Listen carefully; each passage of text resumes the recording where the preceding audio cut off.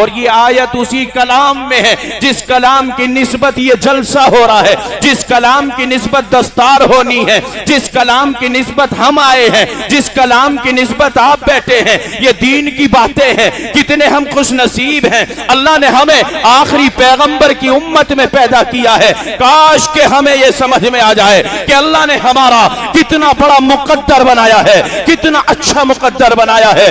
100 دروں پر ہماری پیشانی کو جھکنے سے بچایا، اپنے در کے لیے قبول کر لیا۔ میں یہ کہتا ہوں اگر ساری زندگی بھی اللہ کی اس نعمت کے شکریہ پر انسان اپنے سر کو سجدے میں رکھ کر رب کا شکر ادا کرتا رہے تو ایک ہی نعمت کا بھی شکر ادا نہیں ہو سکتا۔ اس لیے میرے بھائیوں، ہم اسی نبی کی امت میں ہیں، ہم اسی قرآن کے ماننے والے ہیں۔ اسی قرآن کو شروع کرنے کے لیے اللہ تبارک و تعالی نے بسم اللہ الرحمن الرحیم پڑھا ہے، بسم اللہ الرحمن الرحیم لکھا ہے۔ ایک سورت کے علاوہ ہر سورت کو قرآن کریم کی لفظ بسم اللہ سے لکھا گیا ہے اور شروع کیا گیا ہے۔ اللہ نے کتنی بڑی تاثیر بیان کی ہے۔ حضور پاک صلی اللہ علیہ وسلم نے بس بسم اللہ کے فضائل میں بیان فرمایا ہے۔ کاٹ کے والو ذرا غور سے سنو، اللہ کے حبیب نے فرمایا میرے رب کو جو اس کے تمام ناموں کے ساتھ پکارے گا اللہ اس کے لیے جنت واجب کر دے گا۔ انشاءاللہ ہم جنت کا وظیفہ پڑھ کے جائیں گے، ہاتھ اٹھا کے وعدہ کریں انشاءاللہ۔ آج ہم اس کاٹکے کے جلسے سے اور اس مدرسے کے صحن میں بیٹھ کر جنت کا وظیفہ پڑھ کر اس کو اپنے گرے اور پلے سے باندھ کر انشاءاللہ العزیز ہم اس پر عمل کر کے اپنے آپ کو جنتی بنائیں گے۔ آقا نامدار محمد الرسول اللہ صلی اللہ علیہ وسلم کا فرمان ہے، آپ نے فرمایا کہ میرے اللہ کے جو تمام ناموں کو لے کر اللہ کو یاد کرے اللہ اس کے لیے جنت کو واجب کر دے۔ حضرات صحابہ کھڑے ہو گئے، حضرات صحابہ کے سامنے جب جنت کی بشارت سنائی جاتی تو بے تاب ہو جایا کرتے، فوراً کھڑے ہو کر کہنے لگے یا حبیب اللہ وہ کون سا وظیفہ ہے، وہ کون سی پڑھائی ہے، وہ کون سا عمل ہے جس سے جنت مل جائے گی؟ اللہ کے حبیب نے فرمایا وہ اللہ کے 3000 نام ہیں، ان کو جو پڑھے گا جنت واجب ہو جائے گی۔ ابھی تو بڑے شوق سے کھڑے ہوئے تھے، لیکن ایسا سب کا حافظہ تھوڑا ہی ہوتا ہے کہ وہ 3000 ناموں کو یاد کرے۔ حضرات صحابہ نے عرض کیا یا رسول اللہ کیا جنت کمانے کے لیے اللہ کے 3000 ناموں کو لینا ہوگا، ان کو یاد کرنا پڑے گا؟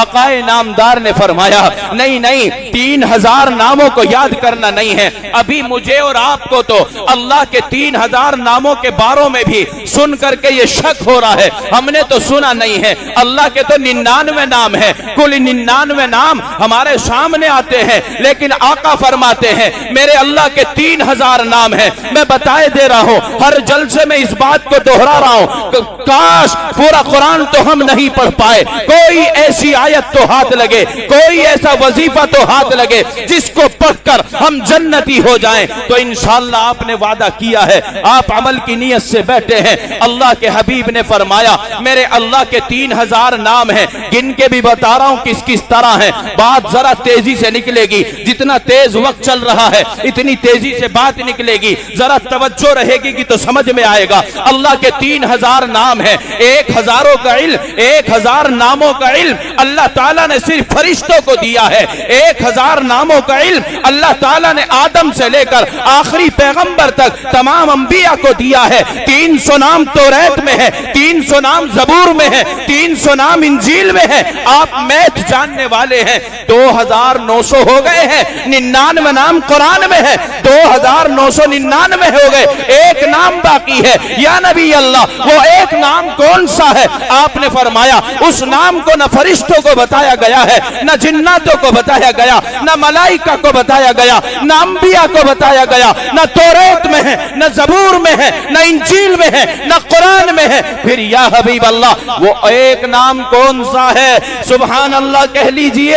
اللہ کے حبیب نے فرمایا کہ وہ ایک نام وہ ہے کہ جب کل میدان محشر ہوگا, ساری انسانیت کھڑی ہوگی, میری گنہگار امت بھی ہوگی, میں اپنی امت کے خاطر 7 دن اور 7 راتوں کے برابر سجدہ کروں گا. اس سجدے میں پڑھنے کے لیے میرا رب اس نام کو میرے ذہن میں ڈالے گا. میں اس نام کو پڑھ کر اللہ تبارک و تعالیٰ سے اپنی گنہگار امت کے لیے دعائے مغفرت کروں گا, دعائے بخشش کروں گا. اللہ تبارک و تعالیٰ اس پاک نام کی برکت سے مجھ سے کہے گا ارفع راسک یا محمد سل توتی, اے محمد سر اٹھائیے اور سوال کیجئے عطا کیا جائے گا. میرے حبیب صلی اللہ علیہ وسلم نے فرمایا میرے پیارے صحابہ 3000 نام تو یاد نہیں ہو سکتے, میرے اوپر جو نازل ہونے والا کلام ہے, جو قرآن کریم ہے, اس کو شروع کرنے کے لیے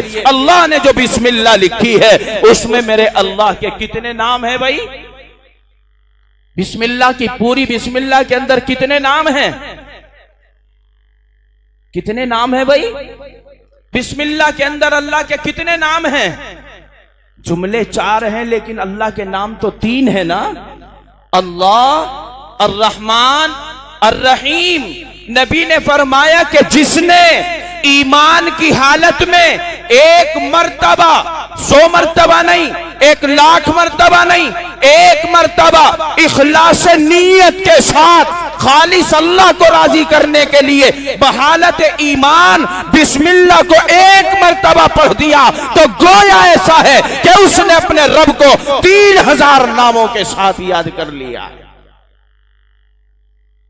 ہم اس قرآن کے ماننے والے ہیں, ہم اس قرآن کے پیغام کو سن کر سمجھ کر عمل کرنے والے ہیں کہ جس قرآن کو شروع کرنے کے لیے لفظ بسم اللہ الرحمن الرحیم اگر کوئی پڑھ لے اللہ تبارک و تعالی اس کے لیے جنت کو واجب کر دیتا ہے.